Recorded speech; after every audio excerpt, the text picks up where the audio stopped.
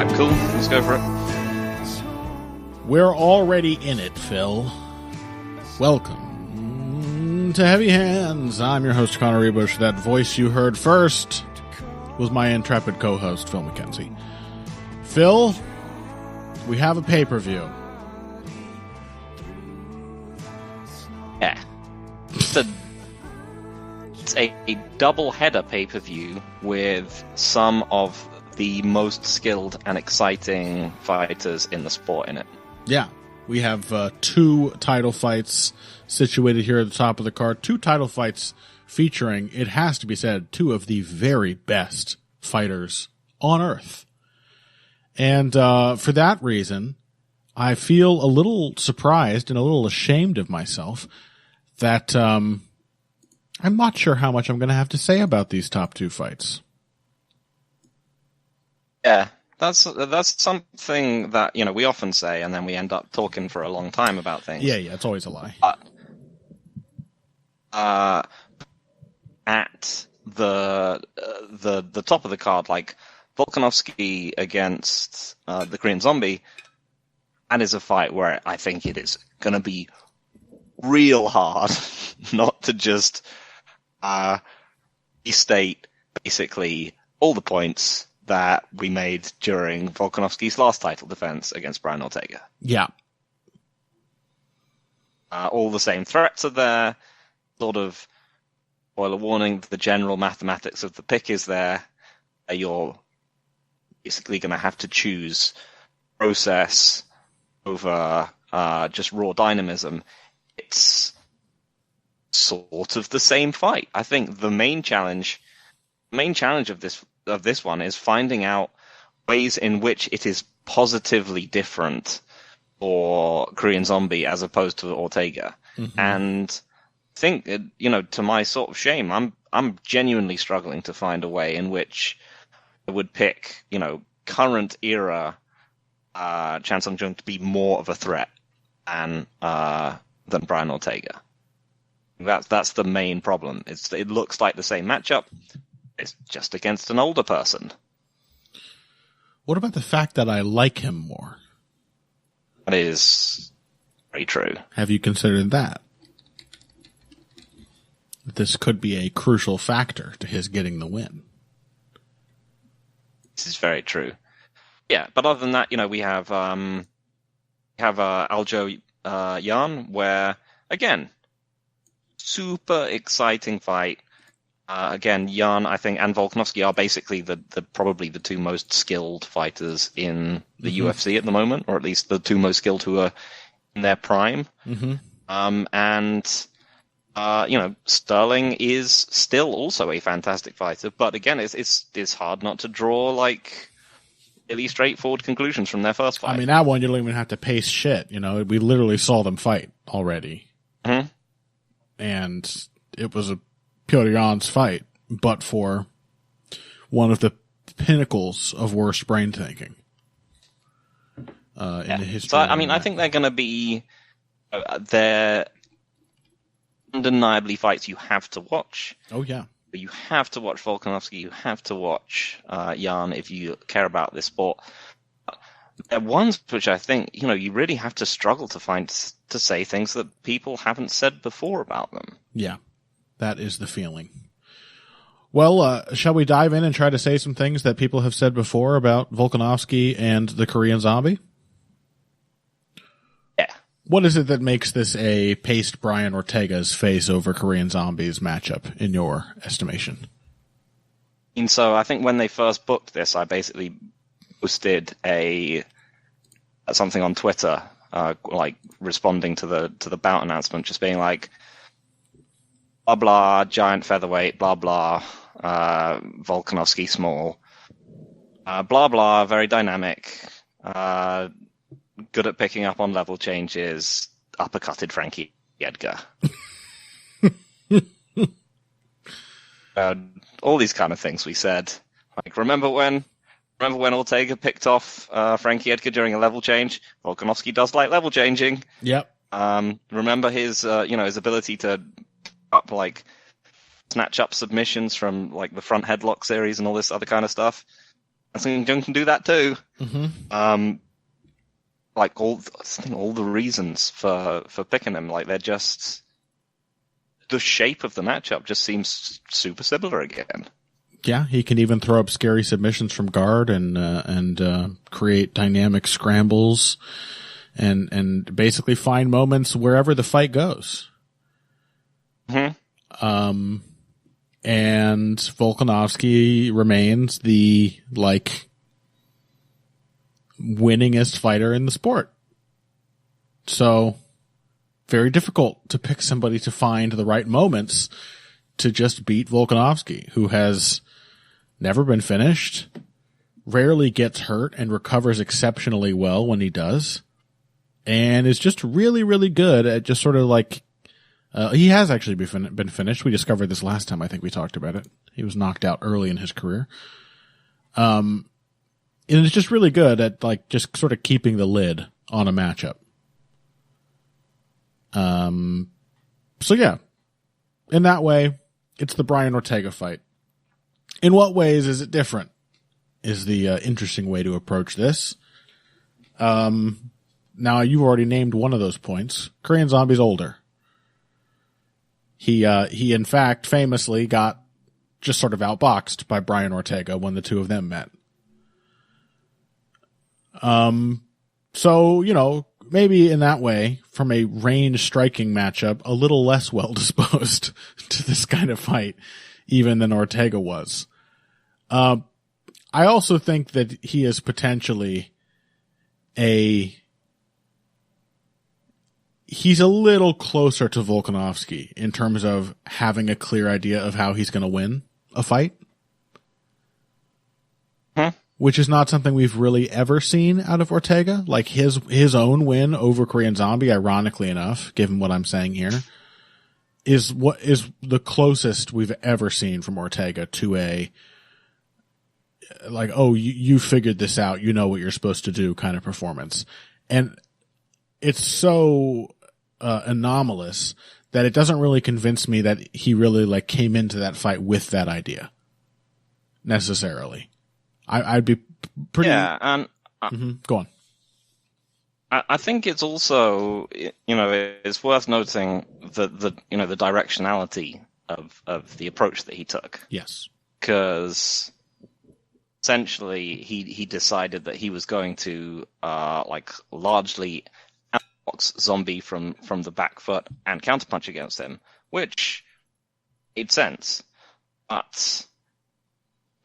That's not really an approach that makes a lot of sense, I think, against Volkanovski. Yeah. Because he's just incredibly difficult to counterpunch against. Jose Aldo found that out, in that if you give Volkanovski time and space, he's just very, very good at feinting and very good at taking small attritional damage to bring you into bigger shots and at just making you play his game. So, I think he was able to counterpunch a sort of slow-footed Zombie, but against Volkanovski, he largely didn't get a whole lot done. So I think one of the actual differences is that Zombie is much more willing to come forward with combinations of punches than Ortega is. Yeah. Is probably this stage in his career, he's a cruder striker overall, and he's still, his preference is still counterpunching, but he will, as per the fight with what's the face, Yair Rodriguez, he will just come forward with blitzes of punches, and that isn't necessarily something that people do a lot against Volkanovski. Yeah, that's part of what I'm getting at. That obviously it worked. That tendency worked against him, against Ortega. I would never say that Korean Zombie is the best at coming forward with combinations. He's not an atrocious defensive fighter when he's playing his counter game, but he is himself, as Ortega exploited, profoundly counterable when he is made to throw first, and especially when he is made to extend himself and chase after an opponent, his defense kind of disappears. But it's still, the fact remains that he is actually going to be willing to come forward and make things happen. And that can lead back into his counterpunching game. He can be a really good aggressive counterpuncher type, which is essentially how he fought Frankie Edgar. And, impressive and similar as their 2 wins were, Jung basically eradicated and completely destroyed Edgar every moment of the fight, which Ortega did not necessarily do. He kind of found the opening. But this is what I mean, is like Korean Zombie was allowed to come forward. He bullied Edgar into the counters that sealed the fight and then continued to bully him on the ground, after knocking him down. So I am a little interested in the idea of him, being flummoxed by all the feints and all the movement and the tricky timing of Volkanovski, and deciding that the solution to that is just to sort of maybe, at least for a few moments at a time, make a brawl happen. That's interesting. Maybe if it makes a brawl happen, then he puts Volkanovski more on the back foot, makes him more reactive. He gets some of those forced counters he likes to draw out of people. Maybe. Probably not. Yeah.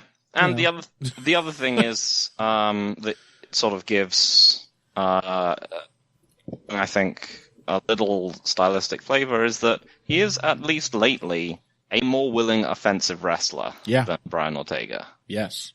Because I think the most relevant fight on his pocket isn't necessarily Edgar, because Edgar's pretty shot at this point. It's Dan Ige. Mm-hmm. And I think there's definitely mixed things to take away from that fight if you are a Korean Zombie fan. Yeah, Ige is a bit, for his part, Ige is kind of like a soft Volkanovski. Yeah, that's basically what I'm getting at. Mm-hmm. He is, I think, the best analog for Volkanovski at this stage. He's a sort of stocky, very quick, boxing guy. He's a surprisingly good. He didn't really start off as a striker, but he's a surprisingly good one. But as you said, he's a much softer version of the same thing, and a lot of Jung's success essentially came down to just out wrestling him. Yeah, I expect him to be able to do that to Volkanovski. No, I cannot. Yeah, but there's no reason to think he won't find some moments with it, and that does once again introduce a dimension to the fight that Ortega wasn't really able to create. And he was famously in basically one extremely dangerous sequence. Yeah. Yes, but I think that's the basic sort of equation of it, is that Jung has some edges to his game, which Ortega, I think, has actually sort of coached himself out of. Yes. In terms of his offensive wrestling and his offensive striking. But in both cases, it comes down to having to win off a singular dynamic moment, really. Because neither one of them, I think, is equipped to win rounds off Alexander Volkanovski. I don't think that's the case. Literally, who is? Yeah. That's what I mean. Max Holloway can do it, but, it's a 50-50 proposition on his best day. Yeah, and Max Holloway, Volkanovski was the first guy who ever inverted a Max Holloway performance. Mm-hmm. Where he out-adjusted Max and pulled away from him later in the fight. Like that is, if nothing else, that is a true testament to what a great thinker Volkanovski is in the moment. He's just a tremendously adjustable, all-terrain kind of fighter. And I'm not even, the thing is like Korean Zombie being more willing to come forward could be interesting, but that's us sort of supposing that Volkanovski and his team look at Korean Zombie and say, we're going to do what we did to Brian Ortega. Maybe they don't let him come forward. Maybe they want to do what Brian Ortega did to the Zombie. Or maybe they do let him come forward and just pick him off from range, which Volkanovski, despite his frame, has proven to be a really effective long-range fighter. He's got a super active kicking game, really varies his targets well, solid footwork. I won't say he's a great footwork off the back foot. Those are always the things that worry me the most. And in fact, we were talking before we started about the potential of him getting uppercutted, how that's just a particularly funny parallel between Ortega and Zombie for Volkanovski. And I think he actually showed maybe increased sloppy retreating footwork against Ortega, because I think he didn't want to get uppercutted. So there was a lot more of him getting into the pocket and then sort of like backing up really tall for him, which is, not that tall, with his, chin sort of up in the air and just sort of like, still paying attention to his defense, but not putting himself in a good position were that defense to fail. Which, again, could be a problem. Again, yeah, he could get chased out the pocket doing that. Absolutely. But he's not a flawless fighter, but the thing is that when he runs up against a flaw, he will figure out a new lane to follow in the fight. And this is coupled with the fact that he usually starts fights with a really good idea. He pressured the shit out of Ortega. He might pressure the shit out of Zombie and just sort of shut him down and not let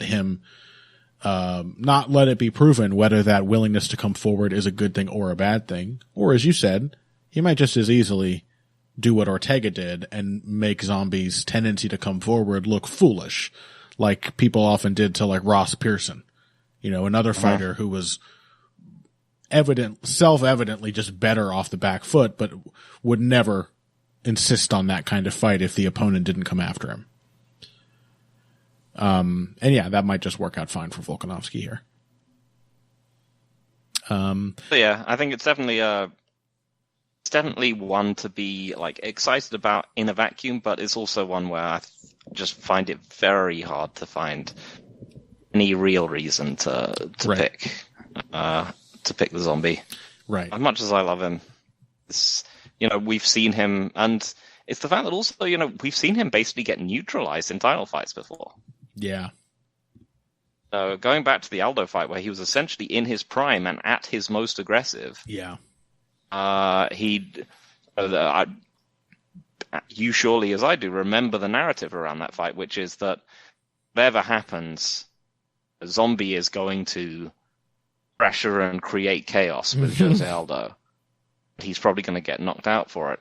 But as it turned out, he went in there and really doggedly tried to out-technique Jose Aldo. Yep. Aldo basically just won the fight against him that Volkanovski won against Aldo. Just sort of was like, oh, you're going to wait for me? All right, well, try to guess when I'm attacking and when I'm just fainting. And try to guess for 10 minutes straight. Meanwhile, I'm going to be doing attritional damage to you. Yeah. So I think there's a lot of ways, a younger, crazier Zombie would be like more of a pick to make something insane happen. But even a younger and crazier Zombie could still be put into the kind of slow-paced, like round-winning contest in which he can't thrive for this one. Probably, yeah. Yeah, I think his technique has definitely gotten better since then. He had the shoulder injury, he had the time off, he sharpened a lot of things up. But even just to say one final word on the sort of the comparison between Ige and Volkanovski, Ige is like a nascent adapter. He's as yet discovering how things can change for him late in a fight. And I think we saw some of the earliest glimmers of that in that fight with Korean Zombie. And even that was enough for it to become a very close, uncertain fight down the stretch, where he found out that he could kind of hit the body at will. He found out that he could actually make Korean Zombie miss and then effectively counter him. He found that he could make him back out of the pocket and work him with low kicks. And he found that he could chase after him with combinations after forcing a reset. And he just didn't find any of these things out until a little bit too late for them to win the fight. Volkanovski, if he doesn't know these things already, which he quite likely does, will figure them out much more quickly and exploit them a lot more confidently. So if Dan Ige, who had a very close fight with Korean Zombie, is a good parallel for a basically less mature Volkanovski kind of matchup, assuming even that Korean Zombie shows up in his best form, then yeah. It's Volk. Let's take a break. When we come back, the bantamweight title fight, Aljamain Sterling versus Petr Yan. Elsewhere on this card, I guess we haven't really mentioned it. We've got Gilbert Burns versus Khamzat Chimaev. Although Chimaev, really, who cares about any fight that isn't against the pile driver himself, Neil Magny, at this point, after last weekend's scintillating performance. I'm not 100% sure what all else we're going to talk about from this card before moving on to recapping some of the action from last week's fight night in Columbus.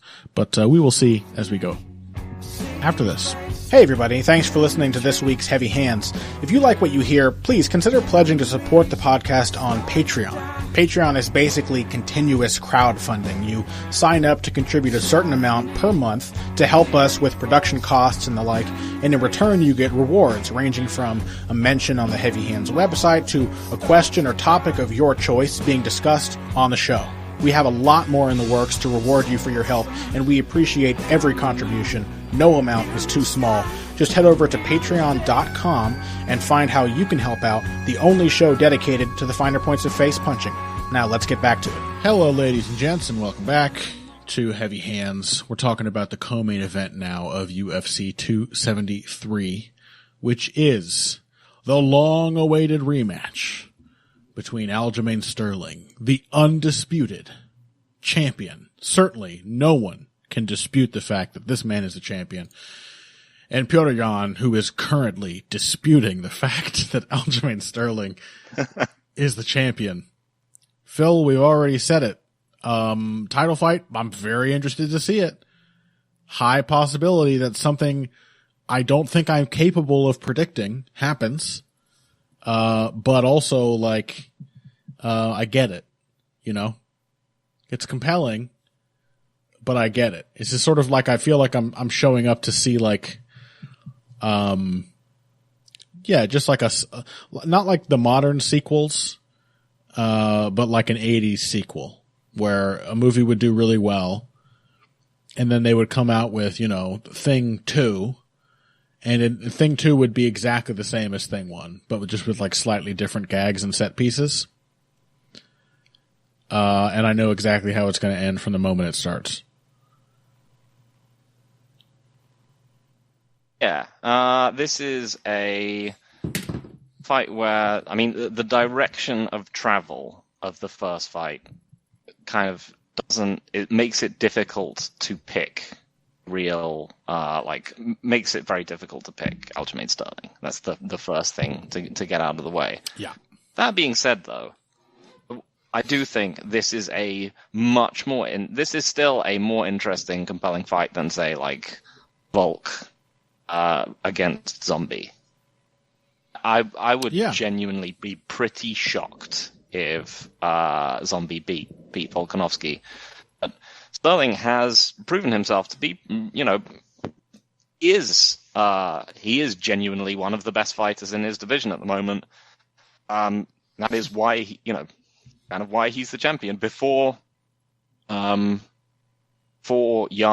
had his fight against Sandhagen, you know, people were basically saying correctly, like, Sterling had a better like recent UFC run than him. Mm-hmm.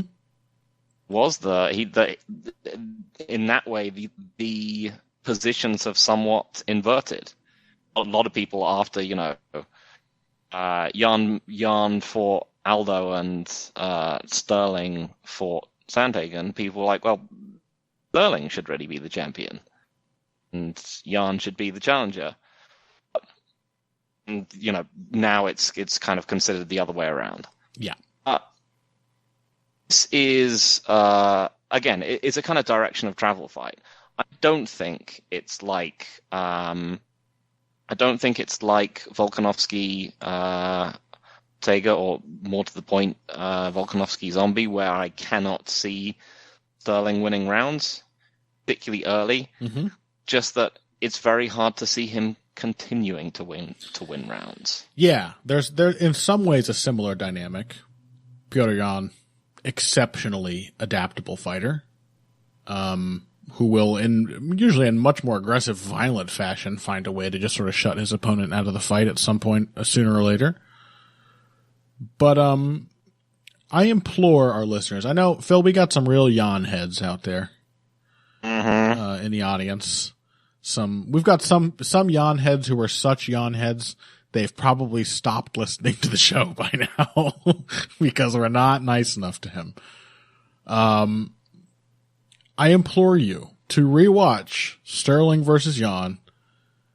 I won't even tell you to turn the commentary off. You know, I don't remember the commentary. It doesn't influence how I view the fight in this particular case. Rewatch that fight and, like, pretend for a moment that Petr Yan isn't the most handsome man you've ever seen. You know, pretend that when he takes Sterling down, you're not imagining what that embrace must feel like. And just watch the fight. And you will see, I think, that this is still on a, like, physical, this is how fights nominally work kind of level, not an unwinnable matchup for a guy like Sterling with Sterling's game. Let me put it that way, rather. For a guy with Aljamain Sterling's game, rather than a guy like Aljamain Sterling. Because I think the fundamental problem here is not that Sterling doesn't have any of the tools to trouble Yan. I think you can look at that fight and you can see he absolutely does. Not even that he couldn't potentially trouble him with his frame and his skill set with a different kind of game plan. That he couldn't be, like less aggressive and a little more cautious and still have lots of moments using his reach, using his movement and his boxing, to then set up takedown sequences, etc.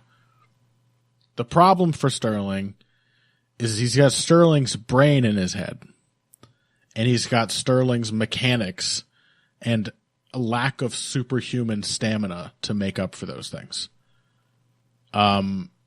And I think it is both the anxiety he clearly experienced while fighting Yan, perfectly understandable.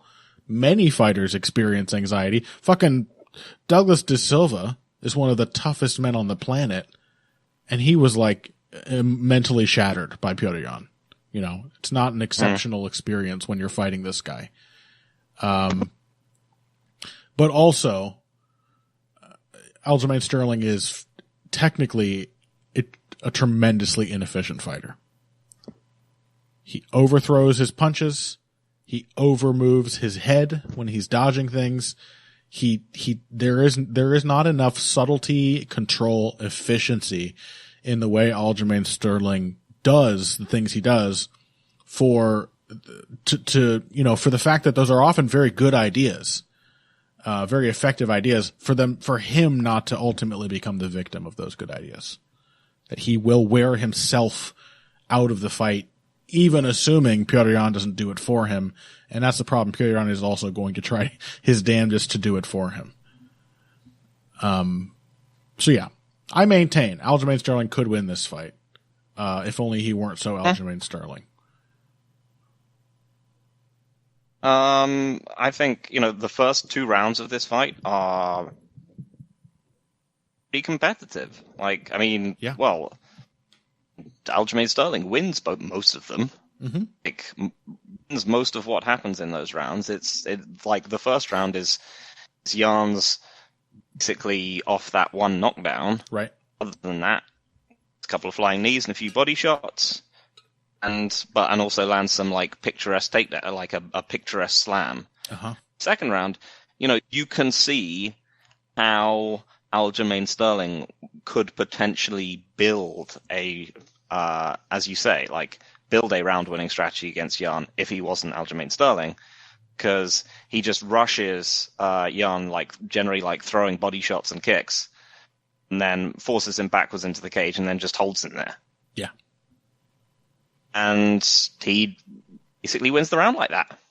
Yeah. The problem is that, as you said, he is having to work all the time doing that. And it is both technical and psychological, I think. He's wasting energy the way he moves, the way he performs his techniques. And he is also mentally straining. Like, you can see as this fight goes on, Aljamain Sterling himself does not believe he can win this if he can't out-wrestle Petr Yan. And I think it causes like a self-fulfilling prophecy effect for him, where he just gets sloppier and sloppier with his takedown attempts, more desperate, and then each one that's defeated is just like crushing him. And then Yan, cold-blooded villain that he is, rightly identifies that, what would be a really great way to finish the task of breaking this dude? Out-wrestling him. And then he just starts taking Sterling down basically at will with his amazing little transitions into foot sweeps and trips from striking. And just straight up in the clinches, just taking him down. And yeah, Sterling just became desperate, and that's the big problem. But yeah, the things he does well against Yan in the first fight, there's no reason to think they won't work here again.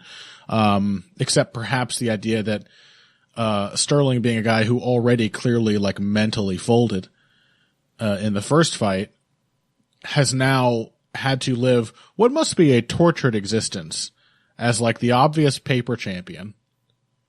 And I don't personally critique him for that. Like, Yan did one of the stupidest, most blatant fouls I've ever seen. He should have lost the fight. He won the prize for a reason. Yes, he deserved to lose that fight. It was, this is not even a moral judgment. People make mistakes, but it was a bad mistake and it was against the rules. And this is what happens when you flagrantly break the rules in the middle of the fight. Sterling has had to endure now like the tortured existence of all of the people who have lipstick smeared posters of Petr Yan in their bedrooms online, just like fucking excoriating him day in, day out for being a coward, for daring, to be the recipient of Petr Yan's own foolishness. There's one thing that I'll be happy to see hopefully gone is like the trash talk between these two. This might be the highest skill to worst trash talk rivalry I've maybe ever seen in MMA. It's just insufferable. I can think that was closest, like maybe like some variant of the Dillashaw Garbrandt Cruz rivalries, or maybe like Cejudo Benavidez. This has been awful, and it's gone on for so long. Oh my god. I am definitely ready for that to be over. And the thing is, I gather that, like, I don't think Sterling wants it either. Like, I just think he's sort of in a corner. Like, he has to, he feels he has to stick up for himself. But, like, he knows he didn't win the title. It was given to him. Petr Yan lost it. That's what happened, and he knows that. And he felt what was happening in that fight. He was visibly freaking out, and now he's had to go through all this. So there is the possibility that he does spectacularly worse than in the first fight, because he's just like a broken man. Like that, I would not be utterly shocked if that happened. If he can be the same guy as the first fight, though, the things that worked, pressure, always a good idea against Petr Yan. If you can back him up, you can do lots of things to him. Everyone who's ever backed him up has had moments of success, or even sustained stretches of success, whether it's Aldo or Sandhagen or Sterling himself. If you can back him up from long range with a jab, that's even better. If you can throw combinations that target his body, that is great.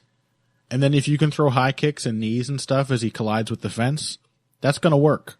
The guy just ducks behind his guard, and spends a lot of time early on sort of figuring out how you are going to try to solve his defense, before it becomes, like urgent to him that he has to, adapt that defense or start punishing the ways you're trying to exploit him. On that note, I do think there is a strong chance that everything Sterling tries will work less. Right. For two reasons, even if he comes with the same approach. Firstly, I don't think Sterling is a great rematch fighter. Don't think that's primarily what his skill set lends itself to. I think he's great at coming in with good ideas for fighting his opponents. I'm not sure if he's like someone who really learns what his opponent is doing. I don't think he's someone who tweaks their reactions into his own style. I think he's had several fights where he's been like, okay, this guy, I'm going to fight him coming forward. I'm going to try and push him to the fence and take him down. He comes with game plans, but I often don't feel like Sterling is a terribly replicable fighter. Like even directly after we picked the Sandhagen fight, I was like saying, I'm not sure I would pick. We picked it basically saying the exact things that would happen. He would push him to the fence and take his back. I was like, I'm not sure if I would pick Sterling to do that again. That's the first thing, and I think there's just a solid chance that Jan is going to be just dialed in more to how Sterling fights. I think he is very much someone who learns how his opponent is moving and how they respond to things. Secondly, I think Jan has just started pulling the trigger more. As we mentioned that all this kind of stuff in the Sandhagen fight. He said, Sandhagen is a tough fight for that reason. He has Sterling's frame, but he is a more natural, tougher fighter. He's not going to blow his gas tank on takedowns. We were wrong. Actually, he did. But, Sandhagen is going to be able to manipulate the guard and punish him much more efficiently and effectively than Sterling can. And Sandhagen wasn't able to do that at all. I mean, a little bit, but not very much. It was close for a couple rounds. I mean, which is not entirely dissimilar from this. But I think Jan's tendency to shell up and wait for a mistake is far less pronounced in that fight. I think he was throwing counters earlier in Sandhagen's combinations, and if he's doing that against Aljo, he has such a hand speed and power advantage and durability advantage in exchanges. It's hard to see it going well. Yeah, it's interesting because have we seen either of these guys in a rematch at all?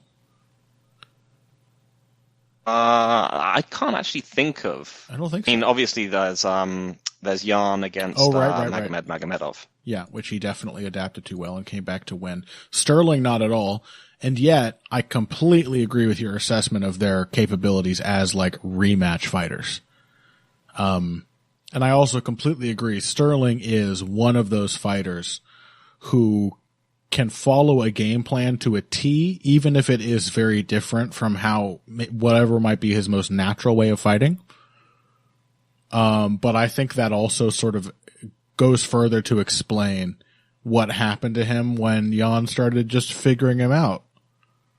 He imploded, he couldn't just, he tried to do what he essentially did against Munoz, which is just double down on the game plan and do it grittier and harder and just refuse to back off. And it just kept getting worse for him. And he didn't know how to adjust. So yeah, Jan may have made adjustments, will likely have made adjustments already from the first fight, but even then in the moment, he will be making better adjustments in this fight. And I agree with you. I totally side with friend of the show, Kyle McLaughlin of Combat Chronicles. Little plug. Whenever he says that Jan Sandhagen is not a great fight. And it's not a great fight because Piotr Jan is winning the whole time. He's just... Also, Piotr Jan notably was winning without doing many of the things that we said he could. Ooh, how do you mean? He wasn't going for his own takedowns.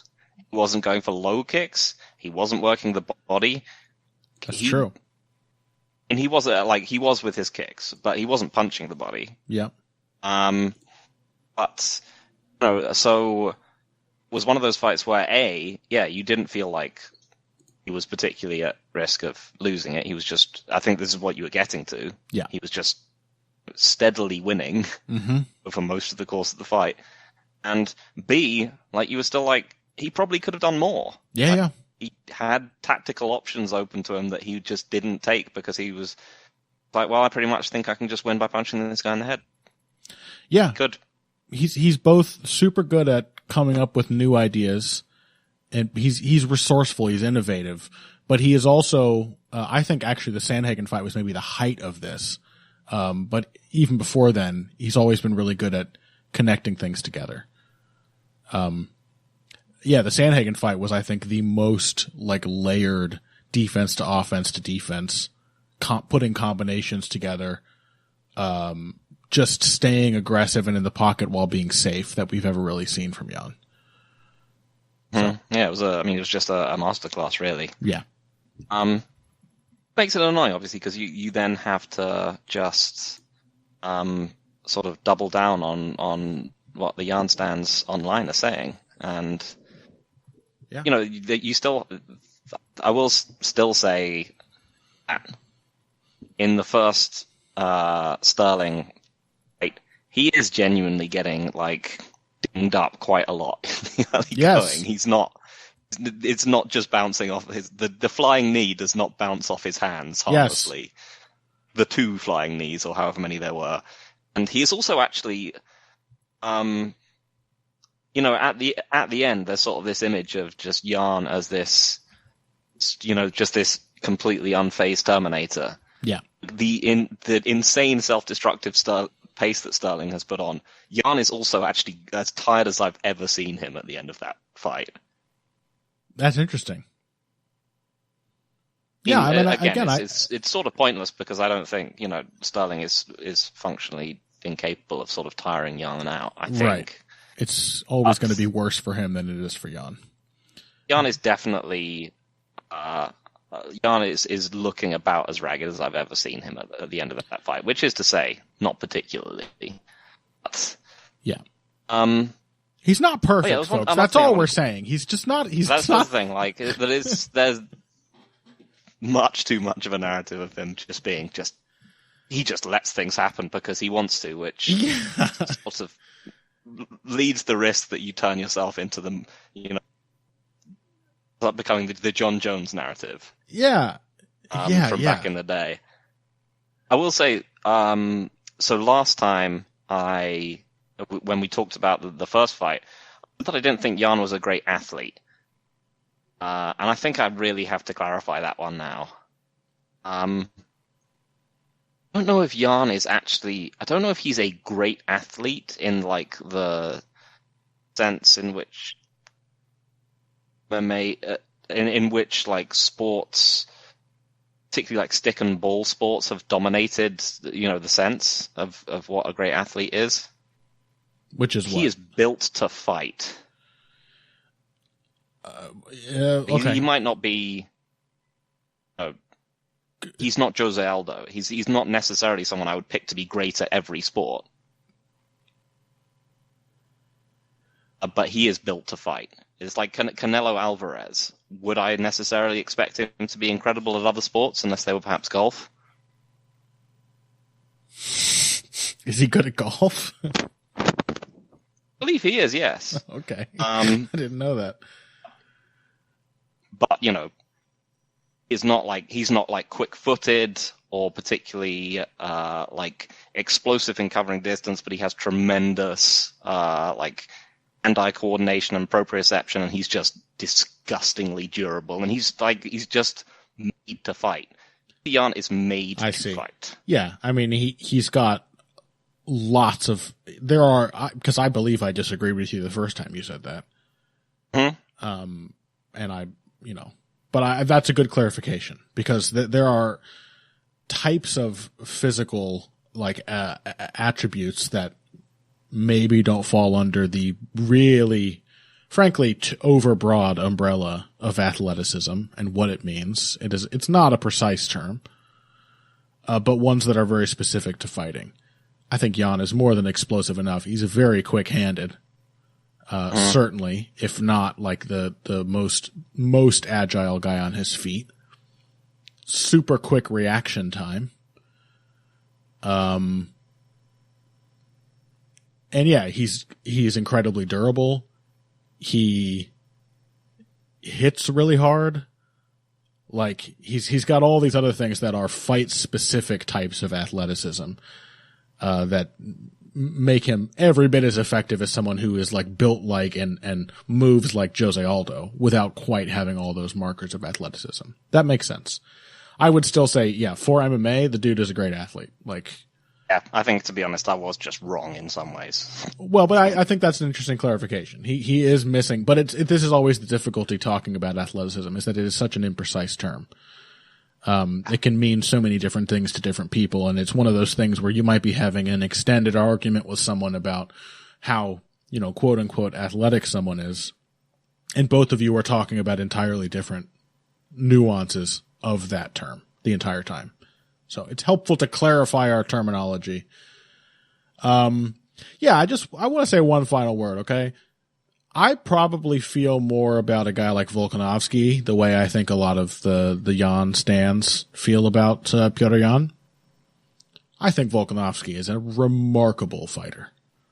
Like the speed of the which this guy thinks, and the sheer variety of ways that he can solve an opponent. He's like Andre Ward. Like, he's just one of these, like, I don't know, like fighting geniuses. He's like a savant. He just, gets it. And it doesn't seem to have the same, like, mental hurdles that other people do to figure out how to apply whatever game plan he thinks is going to work for him.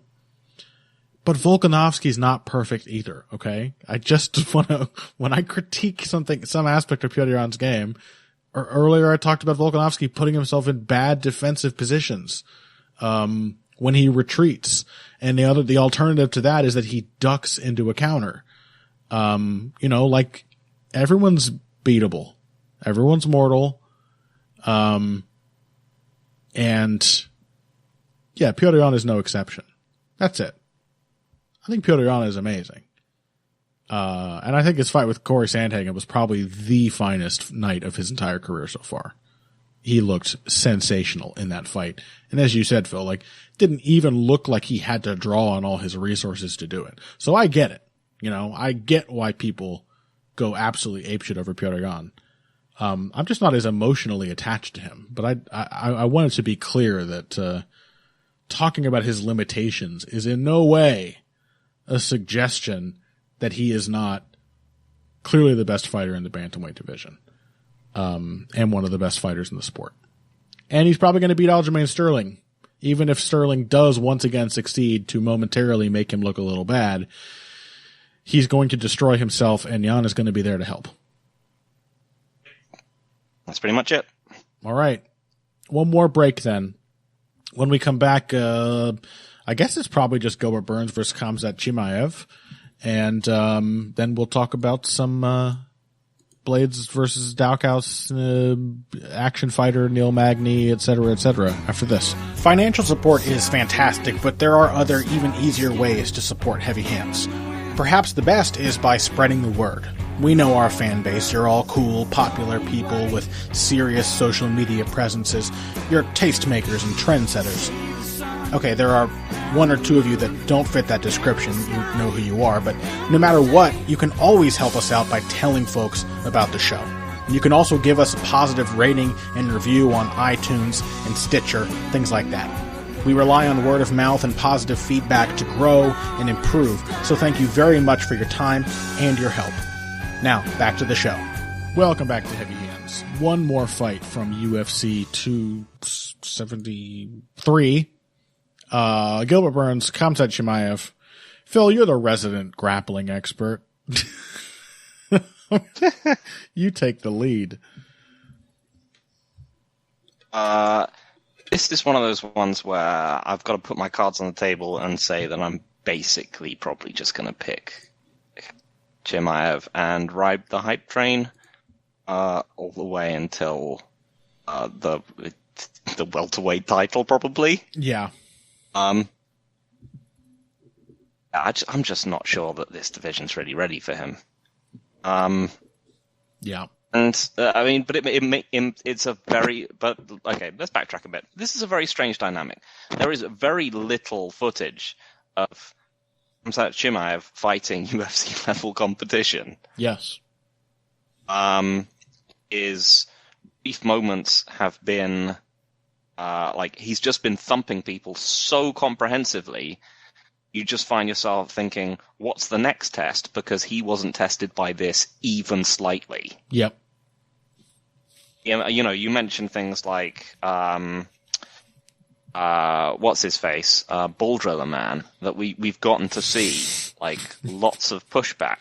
Bryce Mitchell, Jack Shore from the other week, you know, these Bryce Mitchell and Jack Shore, they've been, or, you know, Arnold Allen, these people who have had... They've been obviously battled great their way fighters. up and improved at every stage. Yeah. And they've been obviously great and had huge potential the entire time, but we have also learned from seeing their performances, because it hasn't just been, you know, a cakewalk. And Chimaev has been just splattering people. Yeah. And in those kind of situations, what you want to do as an analyst is you want to separate yourself from the herd and be like, oh no, actually, you know, this guy is, you know, we haven't seen him tested. I just don't think he's going to be able to withstand the rigors of a tough fight, blah, blah, blah. I'm going to pick the more proven commodities and so on. Right. And unfortunately, what happens most of the time is they just continue splattering people. Yep. Like the two major examples of this that we've seen in recent memory, not even in recent memory, but sort of in UFC history, John Jones and Conor McGregor. Sure. It's just like they're just absolutely wrecking people. What happens when they get to a certain level, and basically what happened when they got to a certain level is they just continued wrecking people in exactly the same way. Mm-hmm. Everything about Khamzat Chimaev says this guy is an absolute thoroughbred.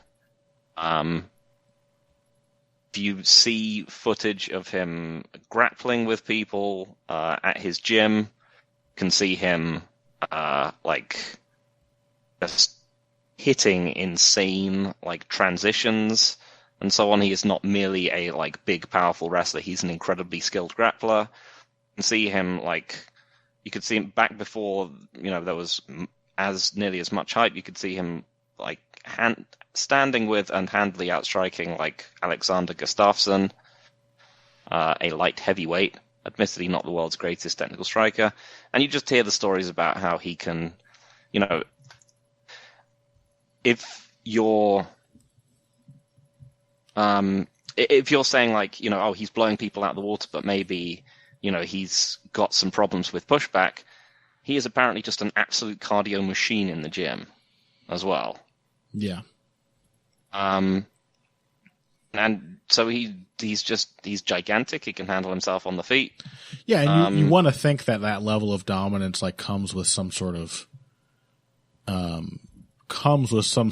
like equally like inverse reaction, right? That like so often when somebody is just fighting is so much about confidence. We see it with prospects over and over that they're just riding high, and so then the first time it is proven to them that maybe they can't just do whatever they want, it shatters them. It is like an earth-shattering experience to be like, oh my God, I'm not flawless.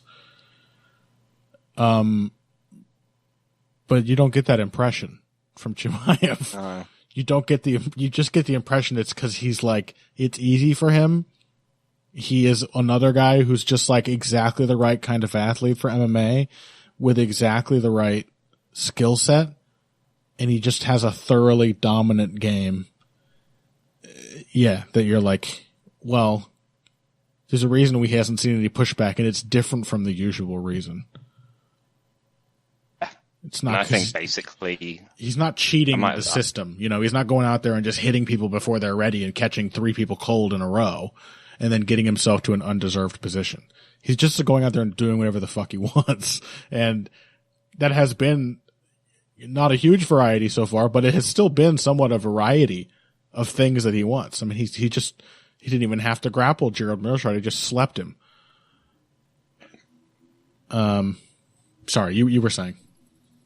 No, I mean that's essentially it. He's just, you said, he's just kind of going out there and doing what he wants, and even like, the Leech is a good fighter.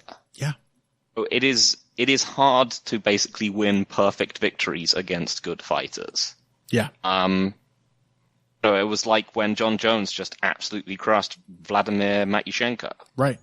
You're just like, is Vladimir Matyushenko going to win the UFC light heavyweight title? He is not. But you shouldn't be able to do that to him. Right. Like, the way John Jones just threw him into a crucifix and then pounded him out with a million elbows in the space of about 10 seconds. Yeah. It's like, oh my God, what was that? That was kind of what I felt watching Chimaev, and it's it's the impression that you get coming out of everything around his gym. Is they're just like, no one is ready for this guy. Yeah. And then there's, on the other hand, there's Gilbert Burns, who is basically being the brave Brazilian of welterweight, the person who actually takes the fights that no one wants. Yep. It's either him or Luque, and he's a former lightweight. I think he's basically a lightweight welterweight tweener, and Chimaev is clearly a welterweight middleweight tweener. Like, don't think Chimaev is going to end his career at welterweight. Mm-hmm. And we've seen him just, apart from anything else, we've seen him struggle with people who can effectively out-wrestle him. Yeah. And, going way back to things like his fight with Cowboy Oliveira, or even like Michel Prazeres. Right. Burns is very much an offensive jiu-jitsu guy. He's very much like dependent on being like Jacare, being someone who is dictating the wrestling. And you find yourself wondering, how is he necessarily going to dictate the wrestling against someone who's going to look 2 weight classes bigger than him? Yeah. Who is actually, as we've mentioned, like a genuinely very good wrestler and grappler. Yeah, I think the answer is just that he isn't. He's just, you want to look at a matchup like this and be like, oh, a grappler, like a real grappler. But it just isn't that simple. The style matchup is like Chimaev is going to be doing the grappling to Gilbert Burns. And all of the pressure will be on Gilbert to respond in a style of fight that is, like, from the outset not favoring him. And even if it doesn't get to that, Chimaev might just pressure him with strikes and again, just be like twice his size. Yeah, entirely possible. Like, Burns isn't defensively any great shape. No. I guess the main thing I'm curious to see is just that Chimaev can be a bit plodding. Just because he's so big. I'm curious to see if Burns has any success like low kicking him. Yeah. That's Can low kick some punches. But like, is he not just going to like land two low kicks and one of them gets caught and he gets taken down and smushed up against the fence? Yeah. You know what I mean? Like, Chimaev is just brimming with that completely warranted confidence that it's going to take a very high level fighter to like disprove that for him. Yeah, I think, and like the, I also just think like Conor McGregor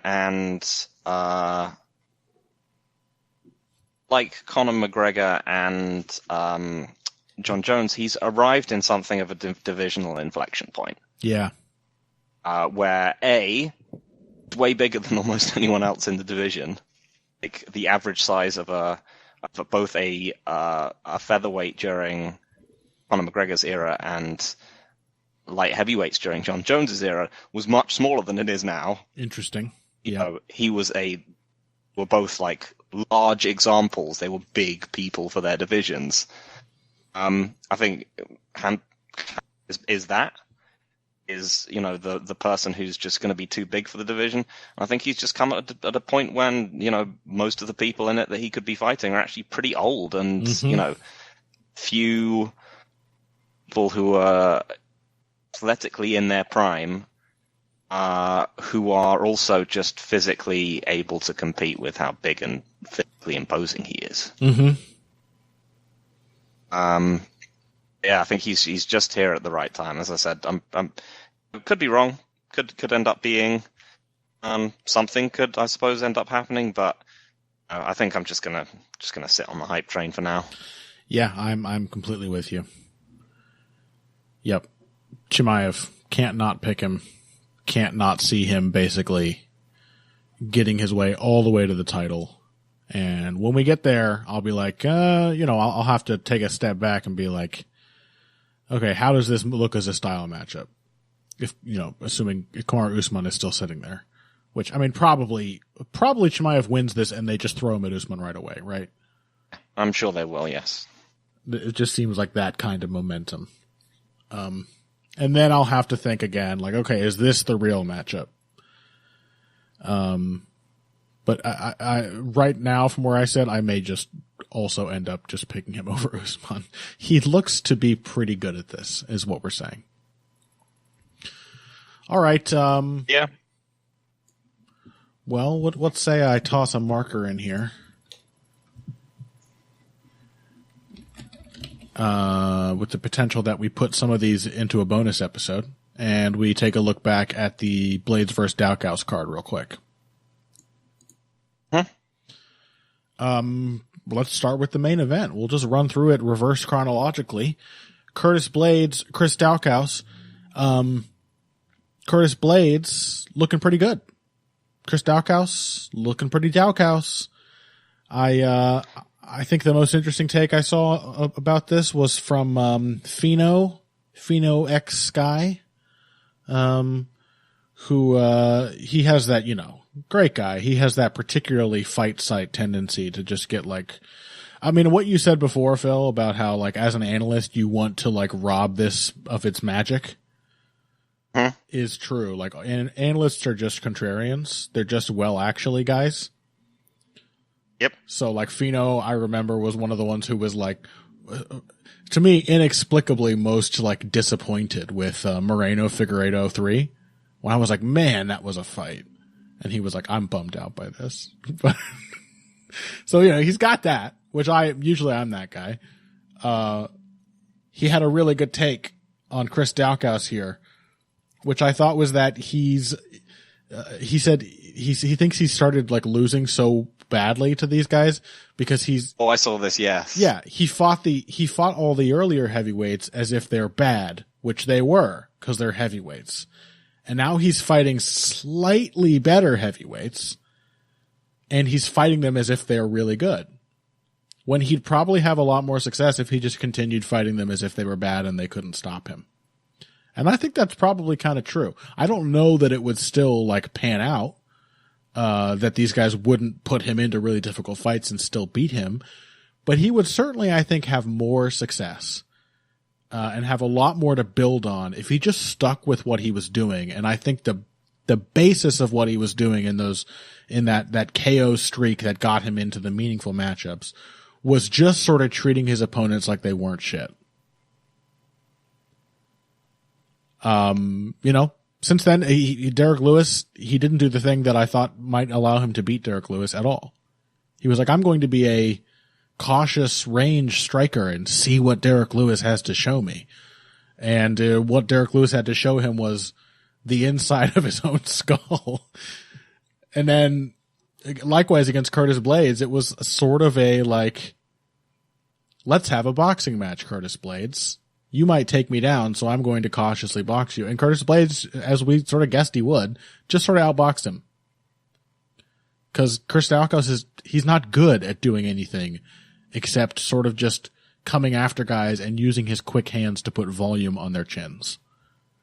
That's really... I think that's basically in some ways, you could reduce that sentence even further if you were being mean. Just be like, Daukaus isn't good. Well, yeah. The other thing that I responded to was from Jed Mishu, who said that he thought that Daukaus should go to light heavyweight. And I said, I think he should probably get good at fighting first. Before we start thinking, okay, let's do some drastic weight cuts and probably go into a division where everyone's still really powerful, but more athletic and faster than me now. Maybe, learn to fight. Like your brother, who's a good fighter, who's a good, well-rounded fighter. He's got his own issues, but he can do everything pretty well. It's possible. Yeah, he's just got an immensely shallow game, and that immensely shallow game flourished when he used it really aggressively. And now that he's pulled away from that aggression, it has just revealed how little there is to the rest of his game. That's essentially the point. I think functionally it's just that he's just like a worse striker and athlete than Curtis Blaydes, even without the wrestling. Yeah. Curtis Blaydes was just a striker and he'd never wrestled a lick in his life. He'd probably still look at him and be like, yeah, it's just a better coach striker than Daukaus. And to Curtis Blaydes' credit, he looked better on the feet here, I think, than I've seen him before.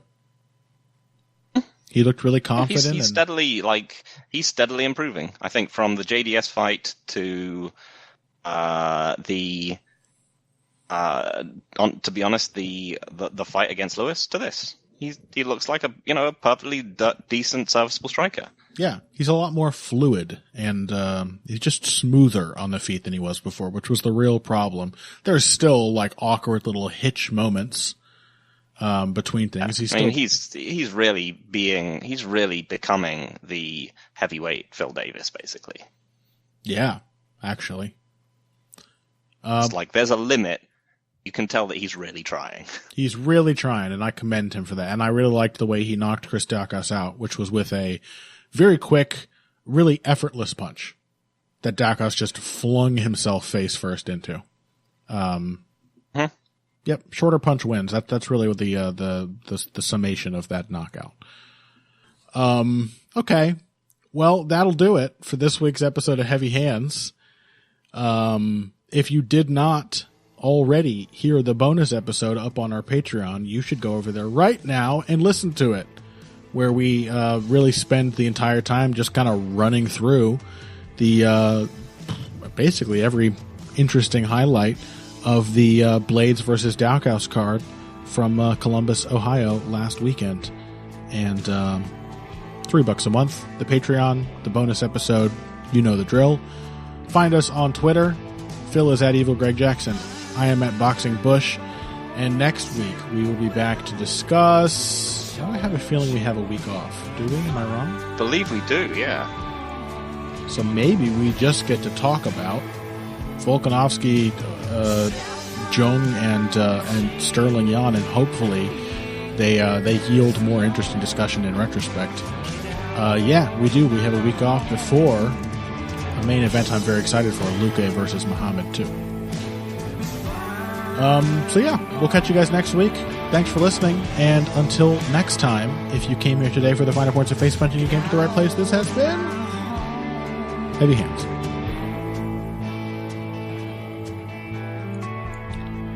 I'm really looking forward to Jan Sterling in particular. I think that will, if nothing else, get some closure. Oh yeah, and I hope it's a shit show. I hope it's just... Yeah, that would be pretty funny. I hope it's just a shit show. It'll be really funny if Sterling somehow wins. But... Yeah. I'm just hoping there's a high chance for lots of weird shit to happen. It is Sterling. Yeah. Weird shit does tend to happen in his fight. Mm-hmm.